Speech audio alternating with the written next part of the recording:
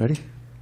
Jaya Radha Madhava Kunja Bihari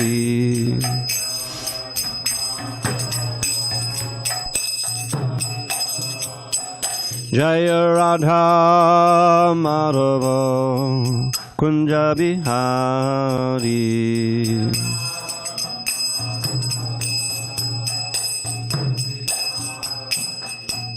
Gopi Janavallabha Girivardhari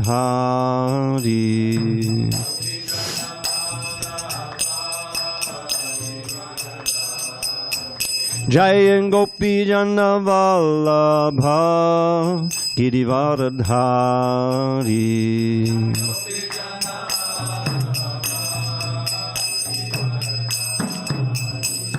Yashodanandana Brajajana Ranjana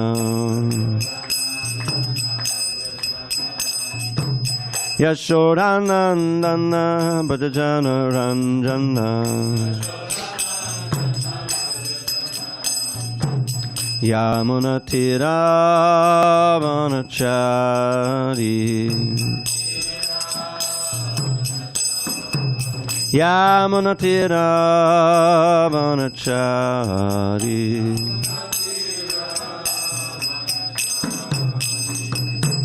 Hare Krishna Krishna Krishna Hare Hare Hare Rama Rama Rama Hare Hare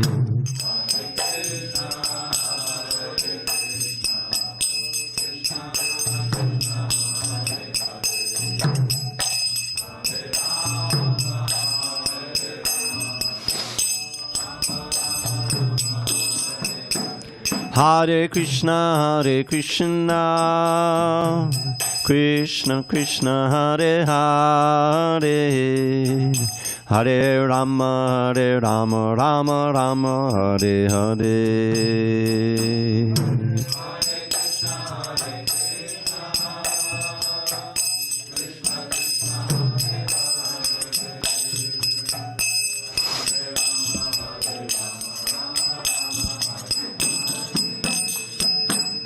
Jaya Radha Madhava Kunja Bihari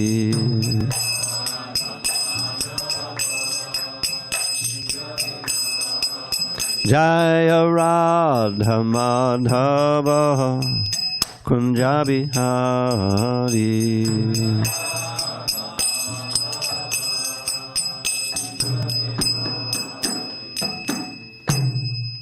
Jai Mr. Pad Paramahansa, Parivajikacharya Ashtotar Dada Sri Srimad Divine Grace, Srila A.C. Bhaktivedanta Swami Prabhupada Ki Jai. ISKCON BBT Founder Acharya Srila Prabhupada Ki Jai. Jai Om Vishnupad Paramahansa, Parivajikacharya Ashtotar Dada Sri Srimad Divine Grace, Srila Bhakti Siddhanta Saraswati Thakur Ki Jai. Ananta Koti Vaishnavindra Ki Jai. Namacharya Srila Haridas Thakur Ki Jai. Kantaraj Srimad Bhagavatam Ki Jai. Samaveda Bhakta Vrinda Ki Jai. All glories to the assembled devotees. All glories to the assembled devotees. All glories to the assembled devotees. All glory to Shri Guru and Gauranga. Narayanam Namaskritya Narang Chaiva Narottamam Devim Saraswatim Vyasam Tato Jayamedire. Before reciting the Srimad Bhagavatam, which is our very means of conquest, we should offer our respectful obeisances unto Lord Narayan, the Supreme Personality of Godhead, unto Narayan Rishi, the supermost human being, unto Mother Saraswati, the goddess of learning, unto Srila Vyasadeva, the author, and unto Srila Prabhupada, the translator, commentator, and our spiritual master. Nashta Prayesha Bandreshu Nityam Bhagavata Sevaya Bhagavattama Shloki Bhakti Bhavati Naishtaki By regular attendance in classes on Srimad Bhagavatam and by rendering devotional service to the pure devotee, all that is inauspicious within the heart is destroyed almost to nil, and loving devotion to the Supreme Lord, who is glorified in transcendental songs, is established as an irrevocable fact. Om Namo Bhagavate Vasudevaya. Om Namo Bhagavate Vasudevaya. Om Namo Bhagavate Vasudevaya.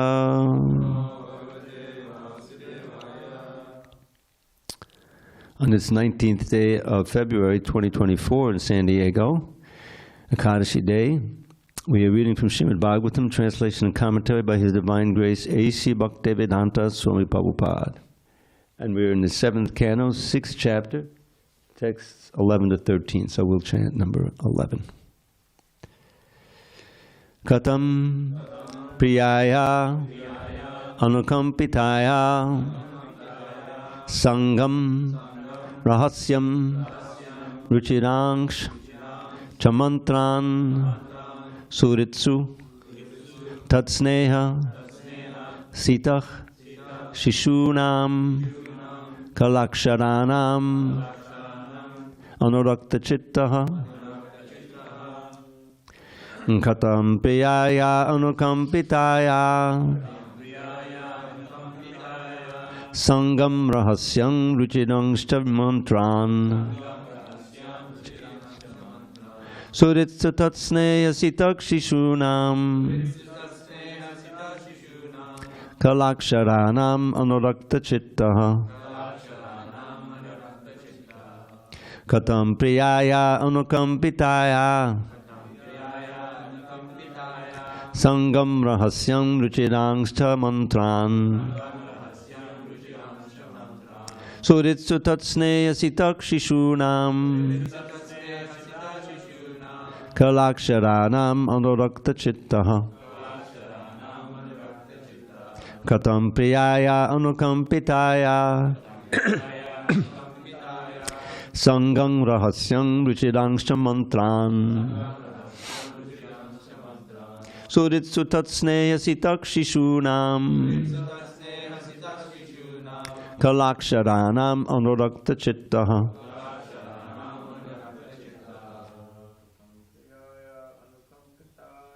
katam priyaya anukampitaya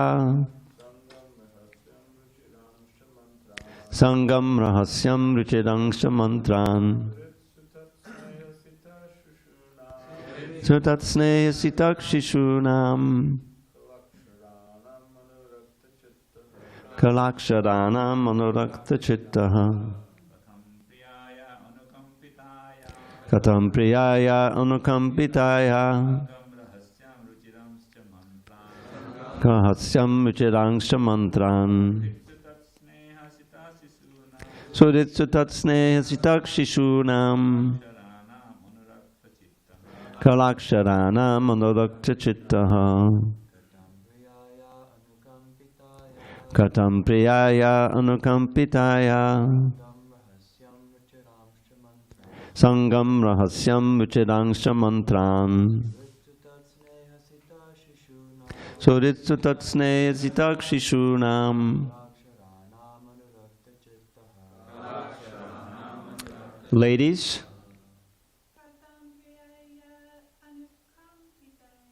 katam priyaya anukampitaya sangam rahasyam ruchirangshta mantran suritsu suritsu tatsneya sitak shishunam kalaksharanam anurakta chittaha. No? Go ahead. Katam priyaya anukampitaya sangam rahasyam ruchirangshta mantran suritsu tatsneya sitak shishunam kalaksharanam anurakta chittaha. Katam, how? Priyayaha, of the dearmost wife. Anukampitaya, always affectionate and compassionate. Sangam, the association. Rahasyam, solitary. Ruchiran, very pleasing and acceptable. Cha, and. Mantran, instructions. Suritsu, to the wife and children. Tatsneya sitaha, being bound by their affection. Shishunam, to the small children. Kala aksharanam, speaking in broken language. Anulakta chittaha, a person whose mind is attracted. So there's 3 verses here, so I'll read the translation to those 3. Prahlad is speaking to his friends, his classmates. How can a person who is most affectionate to his family, the core of his heart being always filled with their pictures, give up their association? Specifically, a wife is always very kind and sympathetic and always pleases her husband in a solitary place. Who could give up the association of such a dear and affectionate wife? Small children talk in broken language, very pleasing to hear, and their affectionate father always thinks of their sweet words. How could he give up their association? One's elderly parents and one's sons and daughters are also very dear. A daughter is especially dear to her father, and while living at her husband's house, she is always in his mind. Who could give up that association? Aside from this, in household affairs, there are many decorated items of household furniture, and there are also animals and servants. Who could give up such comforts? The attached householder is like a silkworm, which weaves a cocoon in which it becomes imprisoned, unable to get out. Simply for the satisfaction of 2 important senses, the genitals and the tongue, one is bound by material conditions. How can one escape? Purport by Srila Prabhupada. In household affairs, the first attraction is the beautiful and pleasing wife, who increases household attraction more and more. One enjoys his wife with 2 prominent sense organs, namely the tongue and the genitals. The wife speaks very sweetly. This is certainly an attraction. Then she prepares very palatable foods to satisfy the tongue, and when the tongue is satisfied, one gains strength in the other sense organs, especially the genitals. Thus the wife gives pleasure in sexual intercourse. Household life means sex life. This is encouraged by the tongue. Then there are children. A baby gives pleasure by speaking sweet words in broken language. And when the sons and daughters are grown up, one becomes involved in their education and marriage. Then there are one's own father and mother to be taken care of, and one also becomes concerned with the social atmosphere and with pleasing his brothers and sisters. A man becomes increasingly entangled in household affairs, so much so that leaving them becomes almost impossible. Thus the household becomes gṛham andha-kūpam, a dark well into which the man has fallen. For such a man to get out is extremely difficult unless he is helped by a strong person, the spiritual master, who helps the fallen person with the strong rope of spiritual instructions. A fallen person should take advantage of this rope, and then the spiritual master, or the Supreme Personality of Godhead, Krishna, will take him out of the dark well.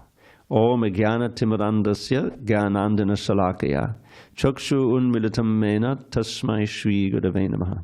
I was born in the darkest of ignorance, but my spiritual master, Srila Prabhupada, opened my eyes with the torchlight of knowledge. I offer my humble obeisance unto him and all members of Sri Parampara. So you'll have to forgive me, but I have kind of a raging cold, so I have to interrupt. So I remember when I first read this, back in '76, I think, I was very much taken by this example.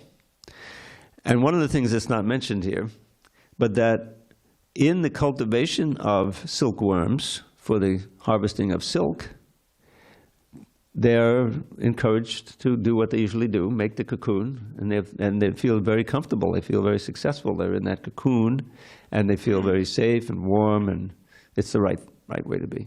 The problem is that when they've nicely made that cocoon, and that cocoon is the silk, that's the silk, all wrapped up. Then the proprietor, he takes all those cocoons and he has some kind of instrument and puts him into boiling water. That's the end of the silkworm. And he gets out, somehow there's a means of getting that cocoon unraveled, and they make the silk out of it. So that is just a perfect description or analogy of what trying to become comfortable in this world is. And especially in household life, which is the standard way people try to become established here.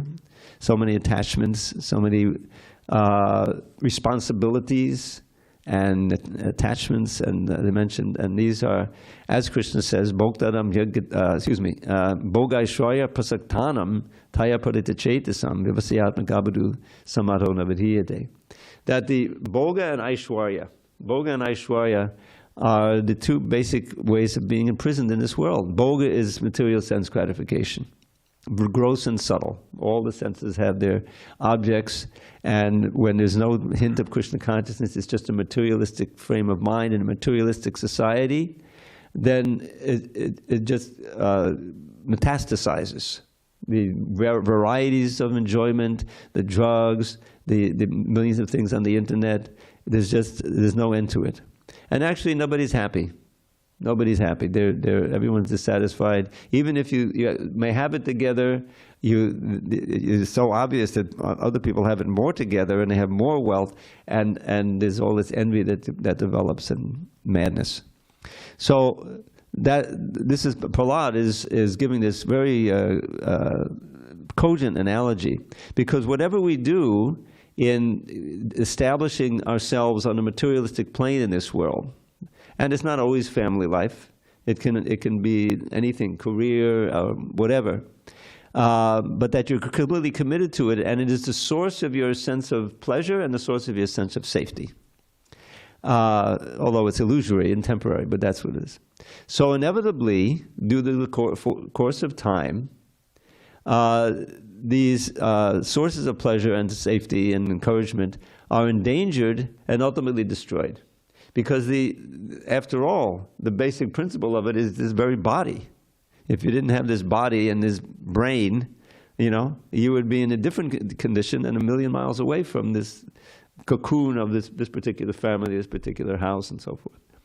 So it is a grand illusion. And Prahlad Maharaj, being the Mahajan and fully realized, he is inspiring his friends and classmates to become like him and chant Hare Krishna and not get committed to the demonic way of life, the asuric way of life, which is completely, totally directed toward this type of existence. In fact, Hiranyakashipu's very name describes his character: gold and soft bedding. And Prabhupada adds in the lecture, gold and soft bedding and the bed companion. That's money, wealth, and sex. This is so that's the demonic frame of life. We learn that in the 16th chapter. Ishtaroham aham bhogi, siddhoham balavan sukhi. Krishna is imitating the mantra of the demons. I am the master and the controller, and I am the enjoyer because of that. I'm aham bhogi. I'm perfect, powerful, and happy.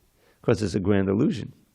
That's the point. It's a grand illusion, and eventually all of that is crushed by the material energy.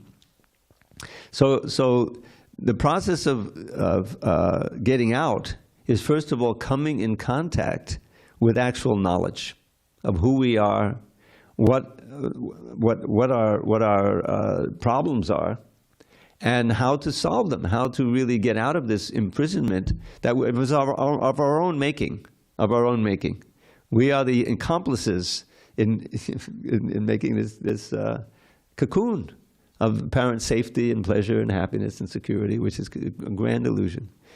And it starts from rebelling against Krishna, right? Bhayam dvatiya banaveshitaksharisha vipariyosmati. Wonderful verse in the 11th canto describing the source of fear, because this fear is the underlying reality of the material way of life. Because it's based on this body, which is always in danger.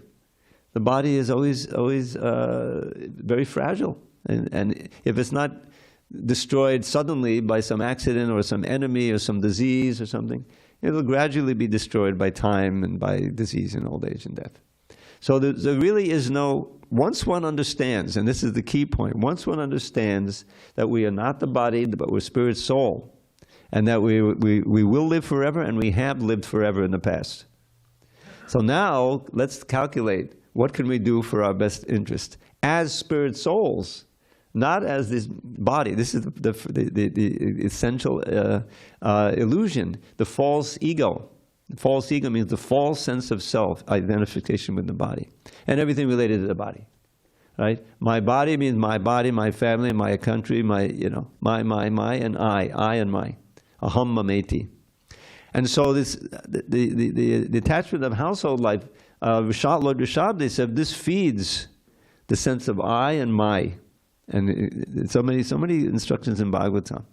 Pungsa striya mito nibhavametang tayo mito hridiya grantamahu. Ata gṛha cheta sutapta vitta janasya moho yamahamameti. It's the same thing Prahlad is saying. But Prahlad has this wonderful analogy he's giving.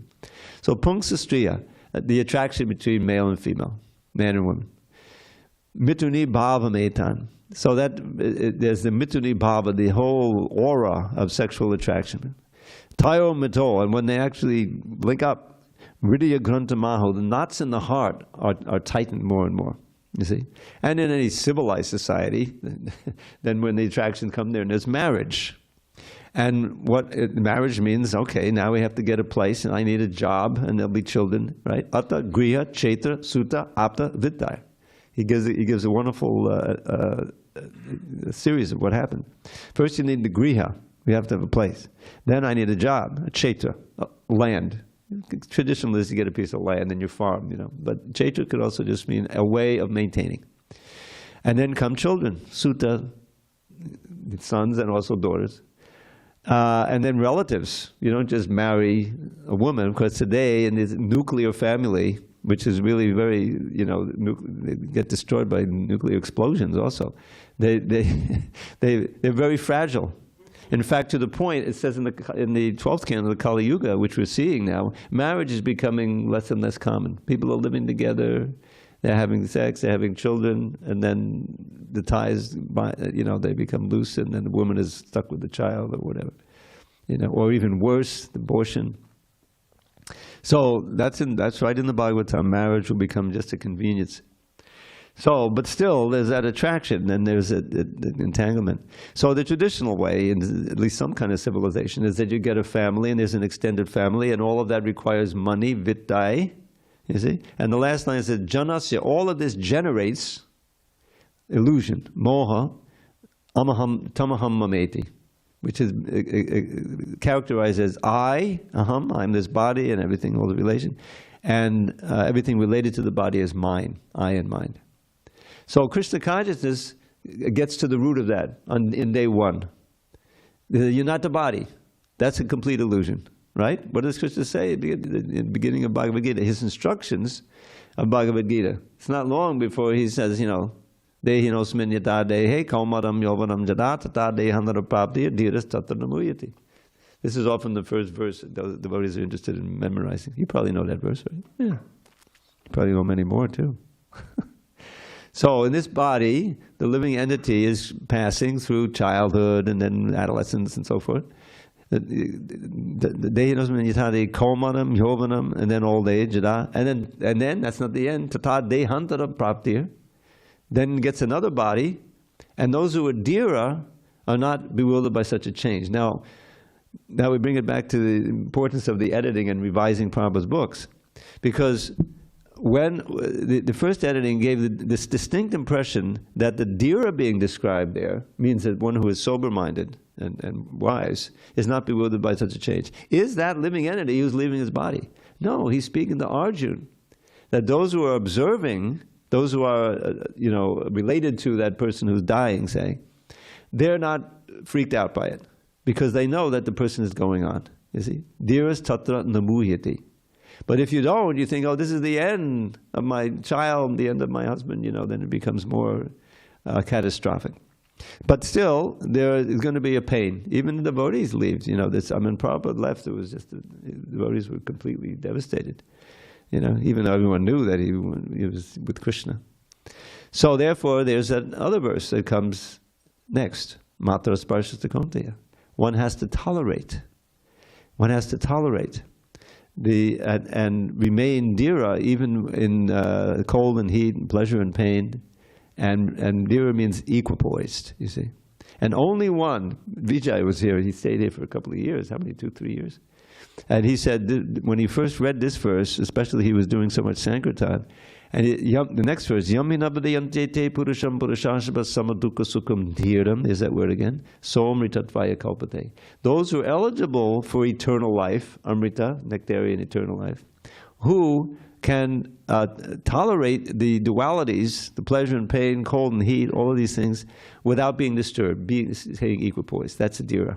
So he's encouraging Arjuna to not be disturbed by the prospect of not only seeing his guru and his teacher and so many other relatives and friends die, but being an agent in their death, seeing they don't really die. You have to be equipoising. Oh, they're going, and because they're dying in the presence of Krishna, they're going up, and Prabhupada says, and there's some indication in the Bhagavatam, that they all regain their Siddha Swarup, their original form. So, but that's all very far away from what the stage that Prahlada's classmates are. They are now hearing him and they trust him, and they're being, this is very seditious activity that Prahlada is doing now, because he's undermining the foundation of the whole demoniac structure that Hiranyakashipu has built. He's the powerful ruler of the whole universe. Even the demigods are bowing down to him. Even Narada Muni says, I had to bow down to him. Everyone but Brahma, Vishnu, and Shiva. They're all... So he's very, very powerful. And but Prahlad is undermining the foundation, which is always the training of the next generation. Right? So Hiranyakashipu, he has this school, he's training up what he thinks will be those who will take charge of the kingdom, you know. But they won't if they become followers of Prahlad, which they are. So Prahlad Maharaj is this wonderful analogy, and it's worth remembering because it's kind of an imprisonment. All these attachments. There's one phrase that keeps coming up in the Bhagavatam, this idea of aridya granti. Who knows what aridya granti are? Besides Ramapati, you know. Balaram? The heart, the knots in the heart. Knots in the heart. Now, why are they knots? Because they're attachments that grow due to your engagement in the material world, in the material form of consciousness. Well, yes, there's some pleasure there. There's some fleeting pleasure, whatever it may be, sex life or a million different things, subtle and gross. And so what happens when you experience some pleasure? You want to experience it again. I always point to the multi-billion-dollar industry of advertising. The whole idea of advertising is to plant a desire seed in your heart. You see? You may then forget about it. You're driving to LA, everyone knows there's a bunch of billboards at one point, right? So they have about 10 seconds, 5 seconds, you know, as you're going by to catch your attention. And then you're on, you know, you forget the billboard. But if it's effective, it planted a desire seed in your heart. So the next time you think of going on vacation or something, or buying a car, you'll think, yeah, maybe check out that Ford Mustang or something. You may not even remember why, because it's planted in your heart. So you can imagine how deep and how potent those seeds or the knots are tied when you actually engage in some sense gratification and it's a good experience, you know. Naturally, you want to do it again and again and again and again, right?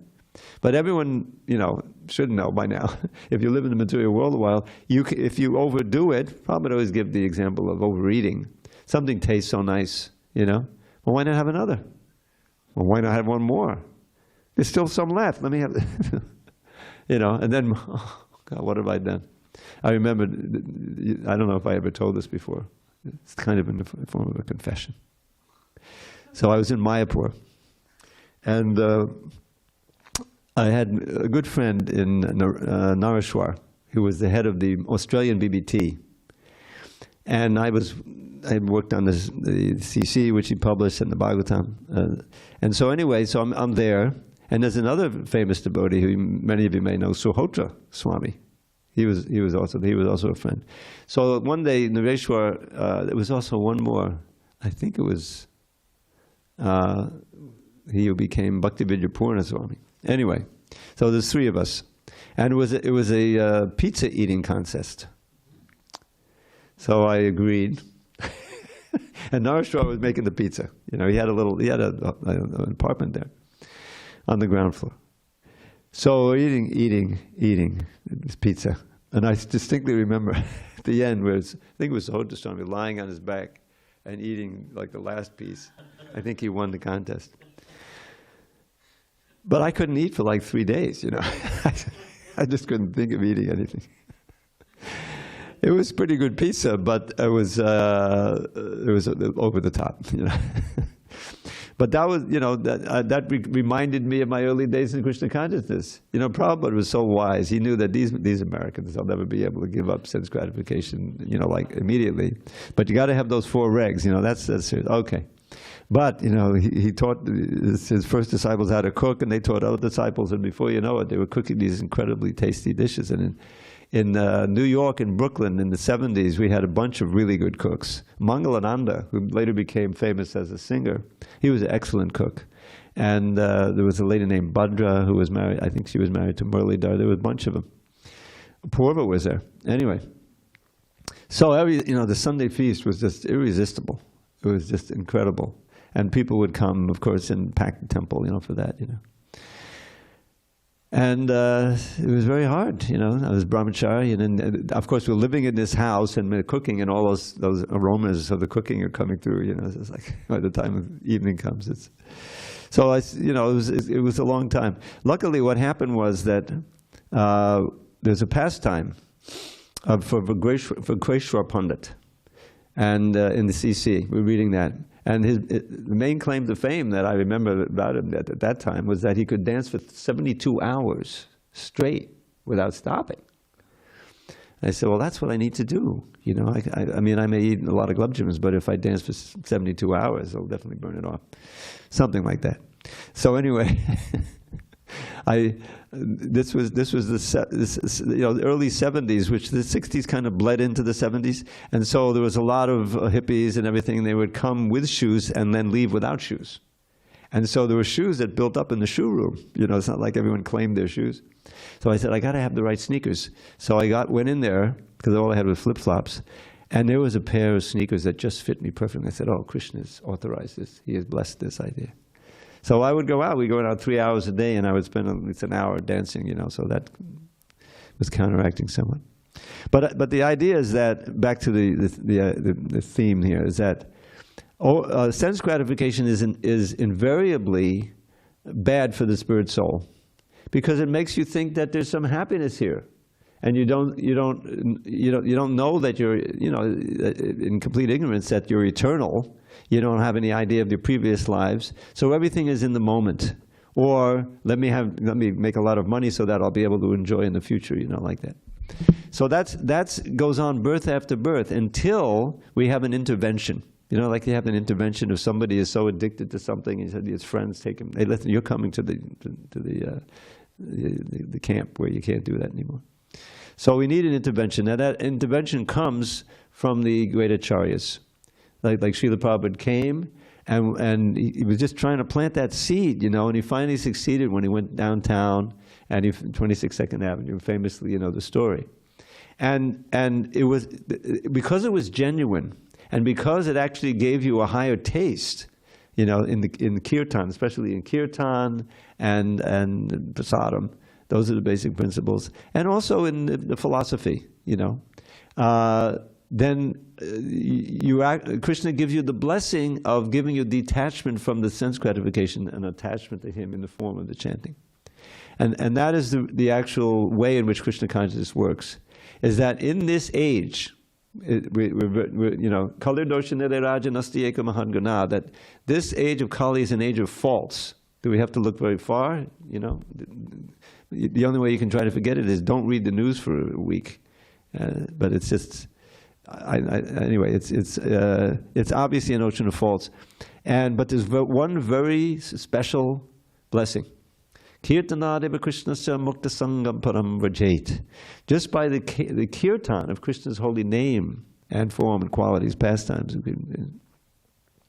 then mukta sangha, you become liberated from those attachments, from the knots in the heart are cut asunder. And paramvrajait means you go back to God. It means you become attached to Krishna, to serving Krishna, to recognize your actual nature, and you experience the bliss of that nature. It's not controlled by, only young people can do it, or only those who can do a certain asana for so long. No. Anybody who is receptive to the message and who has some faith, that faith is essential, ado shraddha, and who is ready to take up the process, even in a rudimentary way, will experience the attraction of Krishna. And Srila Prabhupada set up these temples.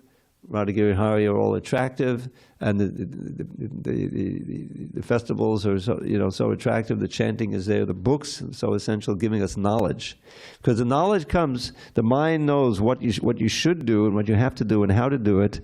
Then you can, and you have faith. Then you can control the lower self. It's right in the third chapter, the end of the third chapter, controlling the lower self by the higher self. And that higher self is your God-given, of course, is your soul and your purified intelligence. And that's why I'd like to gṛham andha-kūpam, and the spiritual master comes with the rope. So that reminds me of a very nice verse by Rupa Goswami. Manasija pani jushte, labda patosmi dushte, timada gahana rupe, hanta sangsara kūpe. Ajatanakaladakshahe tamundara daksham upanayamama haste bhakti rajum namaste. Fallen in this deep and dark and dirty well of Maya, threatened by the snake of lust, whose venom burns like fire, helplessly I pray, O Lord, whose strength is ne'er in doubt, place the rope of bhakti in my hands and pull me out. And of course the obvious thing is, what do we have to do? We have to hold on to that rope. That's the thing. If we could just, Krishna, the rope is here. Prabhupada brought the rope. He brought Krishna's rope. So the process is there, but we need to follow it. And that rope will pull us right out of this material world. And it's not only after we die. We'll be out of the material world progressively as we advance in devotional service. And the measure of it, Prabhupada always said, you don't have to ask, am I getting advanced, There's this wonderful verse in the 11th canto. Many of you may know it. Bhakti pareshano bhavo bharakti anyata chaisha trika eka kala pabadhyamanas yatashataksu tushti pushti chadapaya nugasam. This is one of the 9 Yogendras. I always forget their names. And he's comparing bhakti and advanced devotional service to taking a nice prasadam feast. Nrsingadev, his day, there's a full day fast, and you can only break it at dusk or something. It's late, it's later than 6 o'clock. So everyone has a nice, appetite for prasadam. So taking that feast, so he says, Bhakti pareshanu bhavarakti. Here, for those who surrender unto the Lord and are sincerely following, this is the experience. 3 things happen almost simultaneously. Bhakti, which is the pleasure of serving Krishna. Para isha anubhava, direct experience of the Lord in your life, in your heart, and virakti, detachment from Maya. Pabadhyamana, for those who are surrendered. Yatashantaksu, just as someone who is sitting down to a nice feast of prasadam after a long fast, he's experiencing tushti, pushti, chadapayo, anugasam. These things. Tushti means nourishment. No, tushti means the pleasure of honoring prasadam. Pushti is nourishment. And chadapayo, anugasam, with every bite, you're becoming more and more detached from eating. You're becoming full. So what does that correspond to? The tushti is the pleasure of rasa, of devotional service. That's the spiritual pleasure, which ultimately blossoms into attachment and bhava, ecstasy, and prema. So that's the first stage. Tushti, and pushti means spiritual nourishment. Spiritual nourishment means that is you're feeling satisfied in your soul. And it means that, therefore, your vairagya is coming. You're not attracted anymore to the lower taste. You're getting the higher taste. So that's what Prahlad is going to give his friends. and they'll become dedicated to him, and his father will become, at this point, there's only one thing to do. He has to take up the sword and kill Prahlad. But you know what happens at that point. Prahlad's dear friend comes on the scene. That's the end of Hiranyakashipu. So that every day we pray, Tavakata Kamalavadena Kaman Buddha Shringam. So I'll share with you one more verse, and then we'll have questions. And this isn't even a verse. This is this prose prayer that Prahlad gives, not in the 7th canto, but in the 5th canto. The 5th canto has a chapter that says the residents of Jambudvipa offer prayers, and Prahlad is one of them. And so this prayer, it goes like this. Om Namo Bhagavate Narasinghaya Namaste Jastejase Avadavir Bhavavadnakavadvadangstra Karma Shayan Randaya Randaya Tamo Grasa Grasa Om Swaha Abhyam Abhyam Apmani Bhuishta Om Shraum. That word Shraum is the seed syllable for worshipping the Shringadev. You can hear it, he's ripping apart Hiranyakashipu. So what he says, Om Namo Bhagavate Narasimhaya, I offer my obeisances unto you, O Lord Nrsingadev. Namaste Tejase, obeisance to you, the most powerful of the powerful. Avad Avi, please appear in my heart, come into my heart. Avad Avi Bhava. Vajranaka Vajradangsta Karmashi, and with your thunderbolt-like teeth and nails, tear apart my demon-like desires, material desires. Tamo grasa, dissipate the darkness. Karmashayan. Karmashayan means the hopes, the desire to enjoy material senses. Just rip it apart, destroy. And dispel the darkness in my heart. Tamo grasa grasa, om svaha, I offer my oblations unto you. Abhyam abhyam apani. Please make me fearless in this world of birth and death. Apani bhuhishta om kshraum. I offer oblations to you. And in the purport, I'm working on this. Just visualize this. I'm working on this manuscript, 1975. Nobody has seen this verse except Prabhupada, of course, and all the acharyas. But it's new. No one is.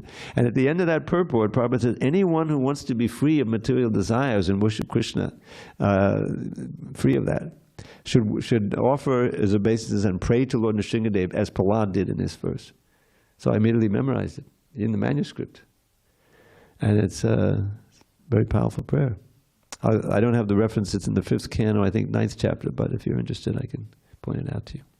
All right, we have a new schedule, so we have 8 minutes for questions or discussion on these points. Yes, Jordan Prabhu, just give him a mic. We have a mic on that side? There we go. A mic from Mark. Haribol. Haribol. Jai. I remember you saying something about purified intelligence, and I was wondering, does that have to do with intellect and intelligence? Are they different? And because this was about knots in the heart, right? Yeah. Like sweetness? So I would say that in our vocabulary, intellect and intelligence isn't different. But when you read the Bhagavad Gita, we find that there are these there's different elements to our existence, right? We have the gross body composed of the senses that we're familiar with, some that we're not so familiar with that are called senses. Obviously, the eyes, ears, the sense of touch, and all the taste, smell, and everything. But we also have the active senses, the hands. For the devotee, the most important active sense is the voice. The voice. Very important. So how are they moving? How are they working? Well, they're moving according to the mind. The mind is the eye sees something, but the mind says, says, oh, that's interesting. You said, no, forget that. And so you're constantly, if you see something that is pleasurable or that can, it's going like that. But the intelligence, the discrimination, which is highly developed in the human form. The animals, some of them have much stronger senses than us. Prabhupada always gives the example of the vulture, who can apparently see from 4,000 feet where there's a dead body, dead cow down there, and he goes down there. Very, very sharp eyes. But what's the goal? To eat some dead carrion, So we have senses, and most important of which is the ear and the voice. So the intelligence, like you hear something, or you read something. You read one of Prabhupada's books, and it says, one should chant Hare Krishna. One should associate with devotees. And why? There's a whole explanation for purification, for getting knowledge by which you can, perfect your life, in Krishna. So if there's faith, if you're interested, the intelligence that yes, let's do it, and you direct the mind, to direct the senses to go to the temple, or open the book, or hit the key on the computer that opens up a site, one of the Hare Krishna sites. So that's the idea. The intelligence is making value judgments. Is this right? Is this good?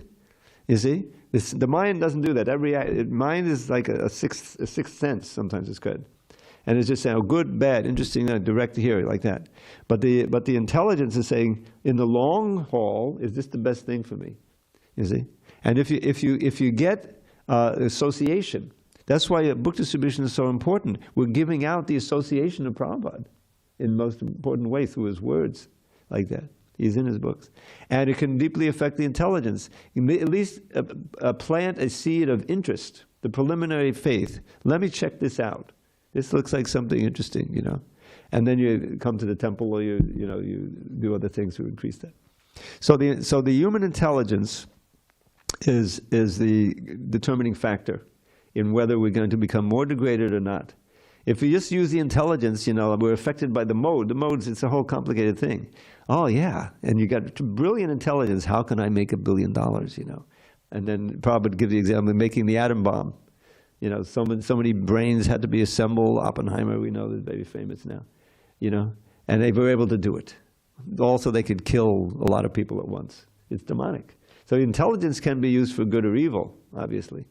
But when the intelligence is purified of the lower modes of nature and more mode of goodness, then is more apt to be interested in these spiritual matters, And Prabhupada found enough people who were able to come into the orbit of so that would be purified by the Krishna consciousness. Okay, we have a little time. Yes, Prabhu. Hare Krishna, Prabhu. Oh, yeah, we're kind of going over. Oh no, it's okay. So is this Dhanavari? Yes, Prabhu, Hare Krishna. Very wonderful class, Prabhu. Would you please share that verse, if you don't mind, what in 11th canto you said that Narsi Bhagwan prayers, that sloka that you just mentioned? You want the reference, right? Yeah, please. No, that's the one for Prahlad. She wants the one of Bhakti Pareshana Bhakti.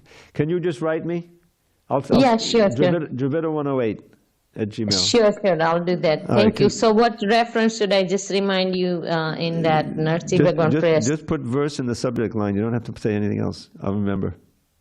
Okay, verse. I don't know the verse. What verse? Do you know how to spell verse? V-E-R-S-E in the subject. Oh, verse. Okay, just verse. Okay, I thought I have to mention what verse is that. No, I'm not okay. That's Thank you so much. Haribol. Haribol. You mentioned that about experience of presence of God, and it is known that we can't experience, we can't touch Krishna by our material senses, and so, but somehow or another we have this experience, and how to don't miss when it real experience or when it's, how to say, our imagination. Well, that's why reading is so important, so you don't get bewildered. But the thing is, through the very senses, the famous verse, with these material senses, we cannot understand the name, quality, form, pastimes of Krishna. But if you start serving him with the tongue, Sevan Mukha Hiji Vado, Swayameva Spuratida, he reveals himself. And it doesn't have to come all at once. He's revealing progressively as we're becoming purified. And those who have taken up the chanting of Hare Krishna can all relate, after not doing it. If you do chant from childhood, that's great. But a change in your perceiving of yourself and perceiving the world. You know, and you read the Bhagavad Gita, Krishna is everywhere. This is all the light of the sun and the moon. You start to see yourself and the world differently. And so that's a genuine experience. It's not, you know, falling down in ecstasy, but it's an experience of Krishna everywhere. And so many things happen with that. Is that I mean, I experienced my own life, you know, that I just became much more peaceful and less depressed and anxiety just by chanting Hare Krishna, especially by joining the ashram, you know. And it's because you're more in your natural state, and Krishna is giving you from inside. He's not giving you full realization of your swarup yet, but it's progressive. And it encourages you to become, you know, serious, take initiation, and, you know, like that. So that, you know, that's the way in which Krishna reveals it. Generally, it's a gradual process, but it's genuine. And with the very senses that have bound us with these, you know, ropes of desire, those very senses, we can see Krishna, you know, we can hear the holy name, we can taste prasadam. Every sense can be used spiritually and become purified, so that eventually we see Krishna everywhere at every moment, and in our hearts also. Okay, one more. Go ahead. Thank you so much, Dr. Prabhu, for a wonderful lecture. I'd like to ask about the sons of Asuras. We know that associating with the Mahabhagavat or pure devotee is very beneficial. Is it known in the scripture what kind of benefit they've gained from that association? Oh, these particular classmates of his? Mm-hmm.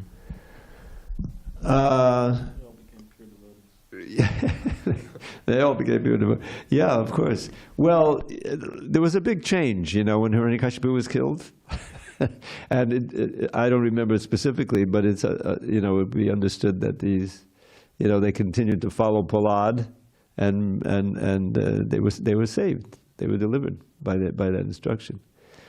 I'd have to, you know, investigate the chapters again. It's been a while since I read them, just what happens with these boys. But it's sure and certain that act was just infuriated Hiranyakashipu more than anything. Because it wasn't just Prahlad.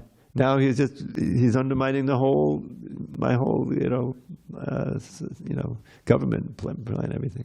So he became infuriated, and he thought he was safe. He thought he was, you know, immortal. He wasn't going to be killed in the day or the night by no weapon, by no creature created by Brahma. So he had it covered. So we know what happened. All right. All glories to Srila Prabhupada. Hari Hari Bol.